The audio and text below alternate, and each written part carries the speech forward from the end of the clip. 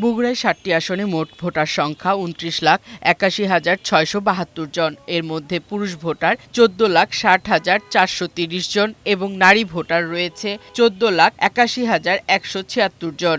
এছাড়াও তৃতীয় লিঙ্গের ভোটার ৩৯ জন। ৭টি আসনে এবার লড়ছেন ৩৪ প্রার্থী।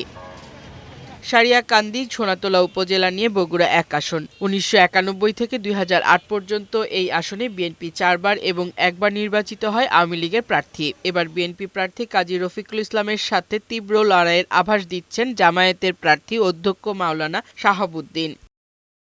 শিবগঞ্জ উপজেলা নিয়ে বগুড়া ২ আসনে বিএনপি প্রার্থী মীর শাহে আলম, জামায়াতের শাহাদাতুজ্জামান ও নাগরিক ঐক্যের মাহমুদুর রহমান মান্নার ত্রিমুখী লড়াই জমে উঠেছে। তরুণ এবং যুবকরাই তো ভবিষ্যৎ, তাদেরকে নিয়ে তো আমাদের বিএনপি দল হিসেবে ক্ষমতায় যাওয়ার পর একটা ব্যাপক পরিকল্পনা নিয়েছে।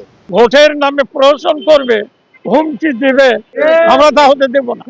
বগুড়ার ৩ আসনে মূল লড়াই হবে বিএনপির আব্দুল মুহিত তালুকদার ও জামায়াতের নূর মোহাম্মদের মধ্যে। আর বগুড়া ৪ আসনে ভোটের তীব্র লড়াই হতে পারে বিএনপির মোশাররফ হোসেন ও জামায়াতের মোস্তফা ফয়সাল পারভেজের মধ্যে।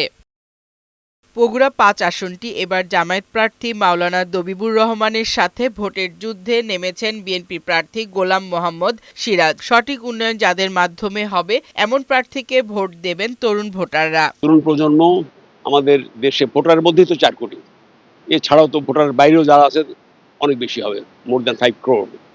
তো সেখানে আমাদের যে পরিকল্পনা সেটা তরুণদের নিয়ে আমাদের একটা অনেক বড় কর্তব্য আছে। বিগত ১৭ বছর আমরা কোনো ভোট দিতে পারিনি। আমরা আমাদের এলাকার উন্নয়নের জন্য সৎ ও যোগ্য ব্যক্তিকে ভোট দিতে চাই। সরকার গঠন করবে যারা, তাদের কাছে আমাদের প্রত্যাশা উদ্যোক্তাদেরকে হেল্প করতে হবে এবং বৈদেশিক কর্মসংস্থান এটা বাড়াতে হবে। সবচেয়ে আলোচিত বগুড়া ৬ আসনটি। বিএনপির শক্ত দুর্গ আসনটি থেকে বারবার নির্বাচিত হয়েছেন সাবেক প্রধানমন্ত্রী বেগম খালেদা জিয়া। এবার এই আসনে লড়ছেন তারেক রহমান। তারেক রহমান যেন বাংলাদেশের সর্বোচ্চ হাইস্ট ভোট পেয়ে এখান থেকে নির্বাচিত হয়। বিএনপির প্রতিষ্ঠাতা শহীদ জিয়াউর রহমানের জন্মভূমি গাবতলী উপজেলা ও শাহজাহানপুর উপজেলা নিয়ে গঠিত বগুড়া ৭ আসন। এটি বিএনপির ঘাঁটি হিসেবে পরিচিত। ১৯৯১ থেকে ২০০৮ পর্যন্ত খালেদা জিয়া ৪ বার জয়ী হয়েছেন। বেগম খালেদা জিয়ার মৃত্যুতে এবার ধানের শীষের প্রার্থী হিসেবে লড়ছেন মোর্শেদ মিল্টন। তার প্রতিদ্বন্দ্বী জামায়াতের গোলাম রাব্বানী।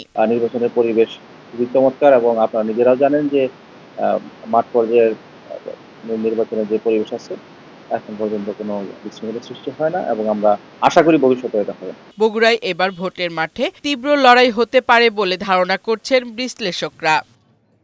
ফারহানা শিমু, বৈশাখী সংবাদ।